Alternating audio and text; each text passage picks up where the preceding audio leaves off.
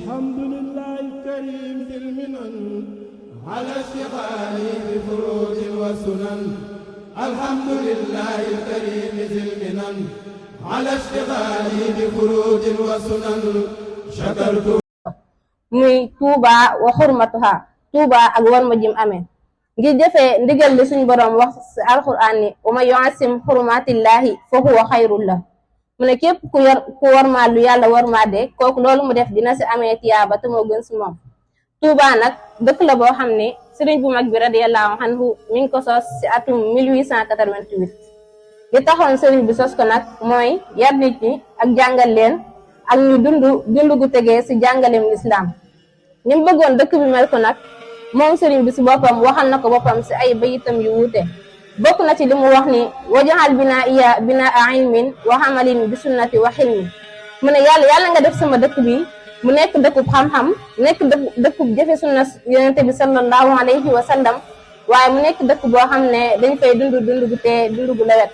mu dellu waxaan ni wajaxalhu dabban maskana taallumi wa mawdial fikrati wa tafahumi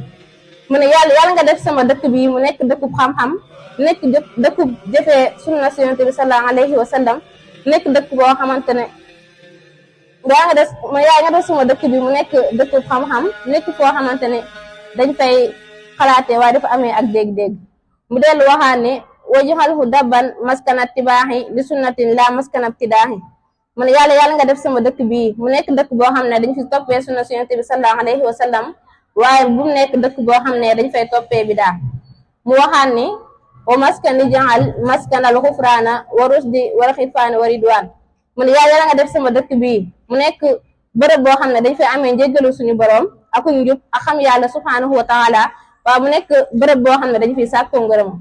wa daara ixlaasin wa sidqin wa wara wa daara sunnatin wa muljami bidaa ba tey tamit mu nekk dëkk boo xam ne dañ fay sellalee di fa dëggal di fa sàmmoo waaye mu nekk dëkk boo xam ne dañ fay toppee sunna waaye nekk dëkk boo xam ne dañ si muccee ci bidaa kon boo xoolee da ngay gis ne ñaan yooyu yëpp rek te dëggal ni sëriñ bi dafa bëggoon bërëb bi nekk barab bu ñuy defaroo waaye mu nekk barab bu ñuy toppee sunna moo tax Sëriñ Abdou Ahad Mbàkke ñetteelu xalifa bi mu toogee yal na ko yàlla dollee fay moo tax bi mu toogee dafa aay woon ay mbir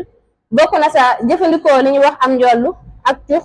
ak col gu gàtt ak mboolem mbir yi wuuteeg diglee lislaam yi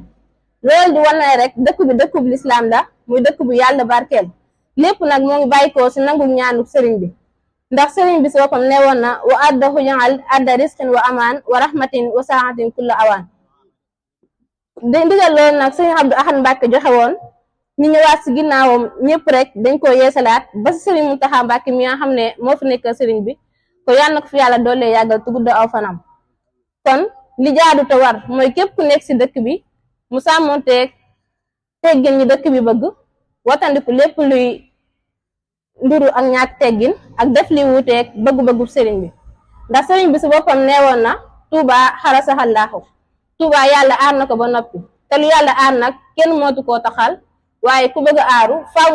nga sàmmonteeg lañ fay bañ ko yal na yàlla dimbale bañ mën a sàmmonteeg ndigal yi ak tere yi wasalaamu aleykum wa rahmatullah بملكه رقية الصفية وقي أذايا أقربا وأجنبا ومسلما وكافرا بزينبا وأمني بالخير والسلام بأم كلثوم إلى القيامة وليجد ربي بحسن الخاتمة هنا وفي قد بجاه فاطمة صل على أبيهم والآل وصحبه ولستجب سؤالي